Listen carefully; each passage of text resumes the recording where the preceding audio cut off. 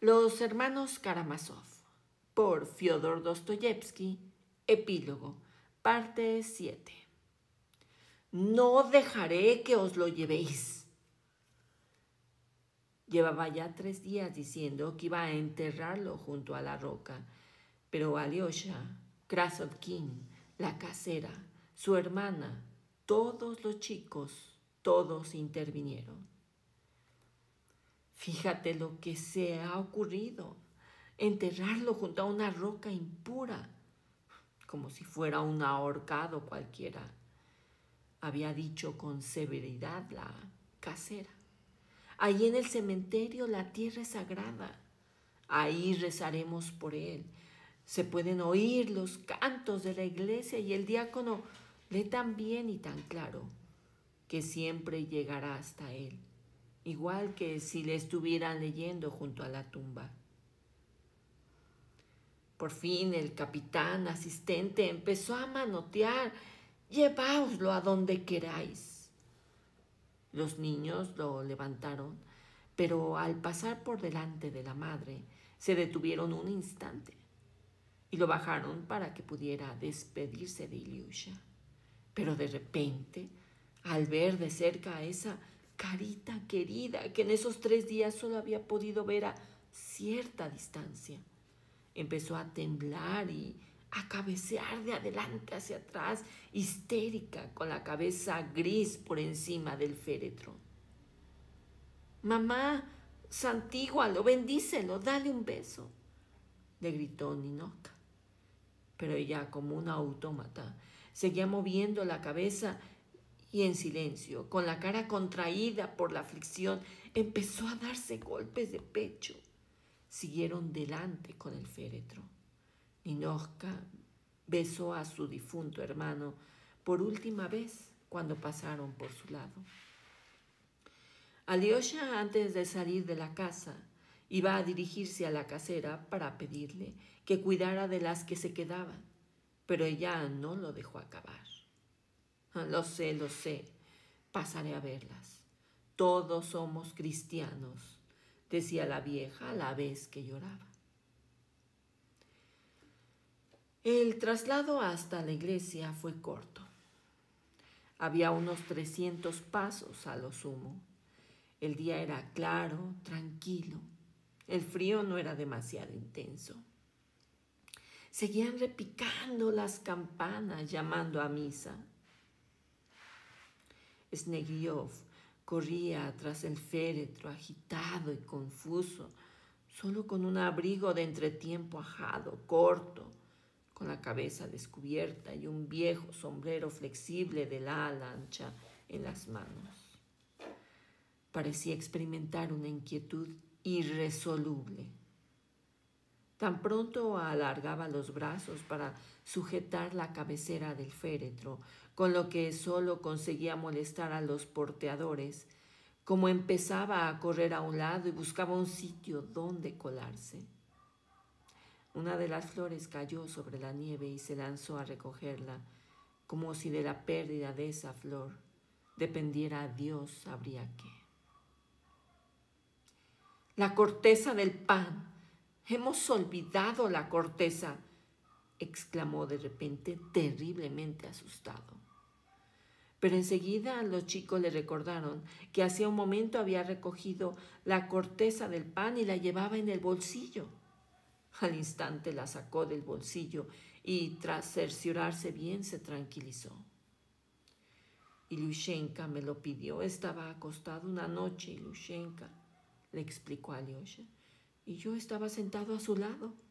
Y de pronto me pidió: papá, cuando hayan cubierto mi tumba, echa pedacitos de corteza de pan encima para que los gorrioncillos vengan y yo pueda oír que han venido, y me alegraré porque no estaré solo». «Eso está muy bien», dijo Alyosha. «Hay que llevarle a menudo». todos los días», balbuceó el capitán asistente como si reviviera. Por fin llegaron a la iglesia y colocaron el féretro en el centro. Todos los niños formaron un círculo alrededor y solemnemente se quedaron así durante todo el servicio. La iglesia era muy vieja y bastante pobre. Muchos íconos no tenían cubierta, pero en cierto sentido en estas iglesias es donde se reza mejor. Durante la misa, Snegiriov se sosegó un poco. Aunque en ocasiones una preocupación inconsciente y como confusa se abría paso en él. Se acercaba al féretro para arreglar el manto, la cinta de la frente. Una vez se cayó una vela de un candelabro y se puso a encajarla de nuevo y estuvo un buen rato atareado. Después se calmó y se quedó de pie junto a la cabecera, apaciguado, con una cara obtusa, preocupada y como si no entendiera nada. Después el apóstol le susurró a Alyosha, que estaba a su lado, que el apóstol no se leía así, pero no aclaró a qué se refería. Durante el cántico de los querubines empezó a acompañar, pero no terminó. Se arrodilló, pegó la frente al suelo de piedra de la iglesia y se quedó así bastante tiempo. Finalmente vino el rito de despedida. Repartieron las velas. El padre, enloquecido, empezó otra vez a agitarse y el canto fúnebre, emocionante y conmovedor, despertó y sacudió su alma. De repente se hizo un ovillo y empezó a sollozar repetida y entrecortadamente. Primero disimulando, pero al final llorando ruidosamente.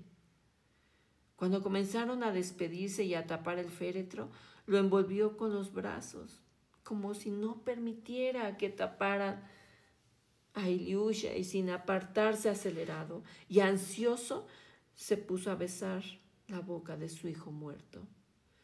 Por fin lograron convencerlo y ya le habían hecho bajar un peldaño cuando de repente alargó impetuoso un brazo y cogió varias flores del féretro. Las miraba y fue como si se le hubiera ocurrido una nueva idea. Y por un momento se olvidó de lo principal. Poco a poco fue cayendo en sus meditaciones y ya no se opuso cuando levantaron el féretro y lo llevaron a la tumba. Estaba próxima, en el cercado, junto a la iglesia. Era una tumba cara. La había pagado Katerina Ivanovna. Después de la ceremonia habitual, los sepultureros bajaron el féretro. Snegirov, con las flores en las manos, se inclinó tanto sobre la tumba abierta que los chicos, asustados, lo sujetaron del abrigo y empezaron a tirar de él. Ya no entendía bien lo que estaba ocurriendo. Cuando empezaron a cubrir la tumba, se puso a señalar con preocupación la tierra que caía e incluso dijo algo, pero nadie pudo descifrar nada. Y él solo se cayó de repente. Entonces le recordaron que tenía que desmenuzar el pan y se inquietó muchísimo. Sacó la corteza y empezó a pellizcarla y a esparcir los trocitos por la tumba. «Venid, pajaritos, venid, gorrioncillos», musitaba preocupado. Uno de los chicos le hizo notar que con las flores en la mano no era cómodo pellizcar el pan y que él podía sujetárselas mientras tanto, pero no se las dio. Hasta se asustó por las flores, como si se las quisieran quitar, y después de comprobar la tumba y cerciorarse de que ya todo estaba hecho, que había desmigajado el pan, se dio la vuelta de forma totalmente inesperada e incluso tranquila y echó a andar lentamente hacia su casa. Sus pasos, sin embargo, se volvieron más intensos, rápidos. Se daba prisa, casi corría. Los chicos y Alyosha lo seguían de cerca. «Las flores para mami, las flores para mami. Hemos ofendido a mami», exclamaba. Alguien le gritó que se pusiera el sombrero o tendría frío, pero al oírlo arrojó con rabia el sombrero a la nieve y empezó a repetir: